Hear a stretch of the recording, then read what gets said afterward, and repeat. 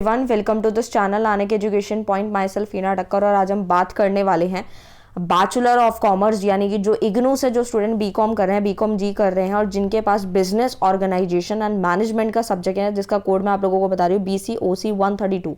ठीक है, दोबारा से रिपीट कर रही हूँ, BCOC 132। जो हिंदी मीडियम वाले हैं वो भी ये वीडियो देख सकते हैं, क्योंकि इसमें इंग्लिश मीडियम वाला पेपर पहले डिस्कस करूंगी, उसके बाद हिंदी में दिखा दूंगी आप लोगों को। आपके टोटल मैक्सिमम मार्क्स 100 नंबर का ये आपका पेपर आया था 2022 में, जब जून में पेपर हुआ था। तो जो भी स्टूडेंट का जून में एग्जाम है, दिसंबर में है, तो वो लोग अपनी प्रिपरेशन स्टार्ट कर दें। वन शॉट अगर चाहते हैं पूरे मतलब सिलेबस का, तो वो भी मिल जाएगी, लेकिन उसके लिए आपको कमेंट करना पड़ेगा और जल्द से जल्द वीडियो आ जाएगा।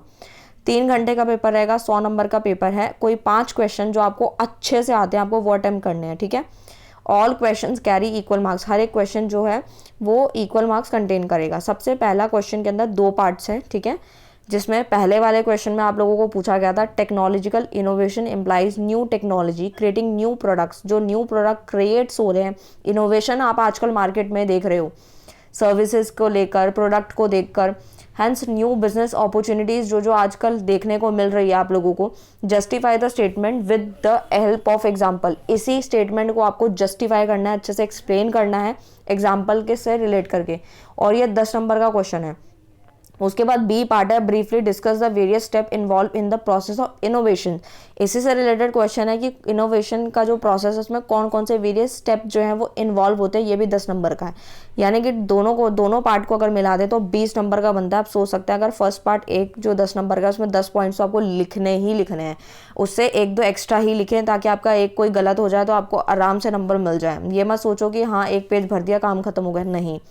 उसके बाद क्वेश्चन नंबर 2 की बात करूं तो क्वेश्चन नंबर 2 पूछा गया, what do you mean by 1 person company OPC, describe the relaxation available to OPC। की 1 पर्सन कंपनी होता क्या है। ठीक है, 1 पर्सन कंपनी होता क्या है, उसके रिलैक्सेशन अवेलेबल जो होते हैं OPC को लेके, वो भी सारा का सारा डिस्क्राइब कर देना है आप लोगों को। ये 10 नंबर का क्वेश्चन है। आप सोच सकते हैं पहले OPC को अच्छे से एक्सप्लेन करना। इसमें 2 क्वेश्चन पूछे गए हैं, एक तो OPC को एक्सप्लेन करना, उसके बाद उसके रिलैक्सेशन अवेलेबल टू OPC, ये भी आपको एक्सप्लेन करना ही है। दोनों पॉइंट्स होने चाहिए। अगर आप सोचें कि सिर्फ OPC के आप एक पेज लिख देंगे और 10 नंबर मिल जाएंगे, तो ऐसा नहीं होने वाला है। उसके बाद बी पार्ट जो है describe the main feature of corporative form of organisation. ये आपने क्लास 11th में भी पढ़ा था, कॉर्पोरेट फॉर्म ऑफ ऑर्गेनाइजेशन। जिन्होंने भूल गए हैं वो दोबारा से रिवाइज कर लेंगे, जब मैं वन शॉट बनाऊंगी तो आप वहाँ से भी इसको देख सकते हैं। 10 नंबर का क्वेश्चन ये भी आया हुआ है, तो मेन फीचर 10 नंबर के आपको लिखने ही लिखने हैं। उसके बाद क्वेश्चन नंबर 3 आया, लीडरशिप होती क्या है, और explain the different leadership style with example. और डिफरेंट लीडरशिप स्टाइल्स हैं उसको एग्जाम्पल के साथ रिलेट करना है। देखो इग्नू के अंदर सबसे जो क्वेश्चन के साथ जो अटैच किया जाता है वो होते हैं एग्जाम्पल, तो आपको एग्जाम्पल बिल्कुल मिस नहीं करना है। एग्जाम्पल आप हर किसी का तैयार करके जाएं। ठीक है, उसके बाद क्वेश्चन नंबर 4 है डिफाइन कम्युनिकेशन। मैंने जब इंपॉर्टेंट क्वेश्चन दिए थे, जब 16 वालों के पेपर थे, तो मैंने इंपॉर्टेंट वीडियो जो बनाया था उसमें से बहुत सारे क्वेश्चन उन लोगों के आए थे। तो इग्नू में है कि क्वेश्चन बार बार चेंज होते हैं, हर यूनिवर्सिटी में चेंज होते हैं, लेकिन आपके लिए एक अलग से वीडियो आएगी जिसमें इंपॉर्टेंट क्वेश्चन थोड़े अलग होंगे। अगर आपने 16 वाले और जो मैं आपको इग्नू वाले स्टूडेंट्स के लिए देने वाली हूँ वो अगर आपने कर लिए, तो मैं आपको लिख कर देती हूँ कि आप आराम से अच्छे मार्क्स से पास हो जाओगे। ठीक है, तो कम्युनिकेशन को डिफाइन करना था पहला तो। और उसके बाद दूसरा क्वेश्चन इसी 4th वाले क्वेश्चन में पूछा गया था। देखो यहाँ पे मार्किंग भी दे रखी है, मैं जूम करके दिखाती हूँ, 4 8 8, मतलब कम्युनिकेशन 4 नंबर का एक्सप्लेन करना है। सोच सकते हो कि सिर्फ कम्युनिकेशन की डिफाइन से बात नहीं बनेगी, इसमें एग्जाम्पल भी रिलेट करना पड़ेगा आपको। अगर कोई डायग्राम वगैरह बनाते हो, चार्ट बनाते हो, तो वेल एंड गुड है। What are the steps involve in the process of communication, की कौन कौन से प्रोसेस इन्वॉल्व हैं, मतलब कौन कौन से स्टेप इन्वॉल्व हैं हमारे कम्युनिकेशन के प्रोसेस में, वो एक्सप्लेन करना। ये दूसरा क्वेश्चन है जो कि 8 नंबर का है। उसके बाद how can communication be made for more effective, फिर ये तीसरा क्वेश्चन पूछा गया, ये भी 8 नंबर का है। आप सोच सकते हैं एक क्वेश्चन अगर आप 4th वाला अटेम्प्ट करोगे तो उसमें आपको 3 का आंसर देना ही पड़ेगा।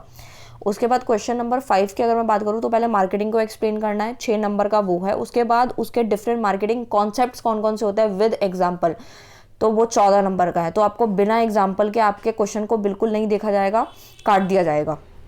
उसके बाद क्वेश्चन नंबर, इसीलिए मैं बोल रही हूँ कि क्वेश्चन को मैं आपको डिस्कस इसीलिए कर रही हूँ, अच्छे से समझा रही हूँ किस तरीके से करना है, क्योंकि आप लोगों को पता है 16 से ज़्यादा मार्क्स चाहिए होते हैं इग्नू में पास होने के लिए। तो इसीलिए एक एक चीज़ बताई जा रही है, क्योंकि इग्नू के अंदर जो पेपर्स आते हैं उसमें एग्जाम्पल तो सबसे मेन है, हर एक चीज़ का एग्जाम्पल ज़रूर करें। क्वेश्चन नंबर 6 क्या है, what do you mean by product life cycle से आप क्या समझते हैं, डिफरेंट वेरियस स्टेजेस क्या है प्रोडक्ट लाइफ साइकिल के, वो आपके 16 नंबर का। मतलब 6 क्वेश्चन अटेम्प्ट करेंगे तो 2 आंसर देने हैं, 5th वाला करेंगे तो भी 2 आंसर देने हैं, लेकिन अगर आप 4th वाला, इसीलिए मैं बोल रही हूँ जब भी आपके पेपर सामने है तो आप हड़बड़ी ना करें।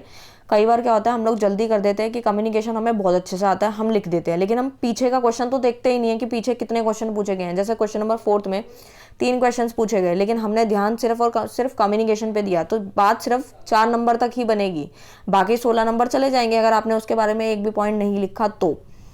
ठीक है, उसके बाद अगर मैं बात करूं क्वेश्चन नंबर 6 की, तो क्वेश्चन नंबर 6 जो है, what do you mean by product life cycle, discuss various stages of product, ये मैंने आप लोगों को अभी डिस्कस किया। क्वेश्चन नंबर 7 क्या था, briefly comment of any 2 of the following, यानी कि आपको इन दोनों के ऊपर जो है कमेंट करना है जो भी अच्छे से आपको आता है, राइट। ये 20 नंबर का है। क्वेश्चन नंबर 8 क्या है, डिफरेंस बताना है जो आपको अच्छे से आता होगा ए बी सी में से। इक्विटी प्रेफरेंस शेयर का डिफरेंस हर बार आता है, बहुत इंपॉर्टेंट भी है। क्वेश्चन नंबर 9 क्या है, शॉर्ट नोट्स के ऊपर है, तो जैसे फ्रेंचाइजी हो गई, स्किल्स ऑफ HR प्रोफेशनल्स हो गया, सोशल रिस्पॉन्सिबिलिटी ऑफ बिजनेस हो गया। तो इस तरीके से 9 क्वेश्चन आए थे, तभी मैं बोल रही हूँ सोच समझ के ही आप लोग अटेम्प्ट करना जो आपको अच्छे से आता ही है।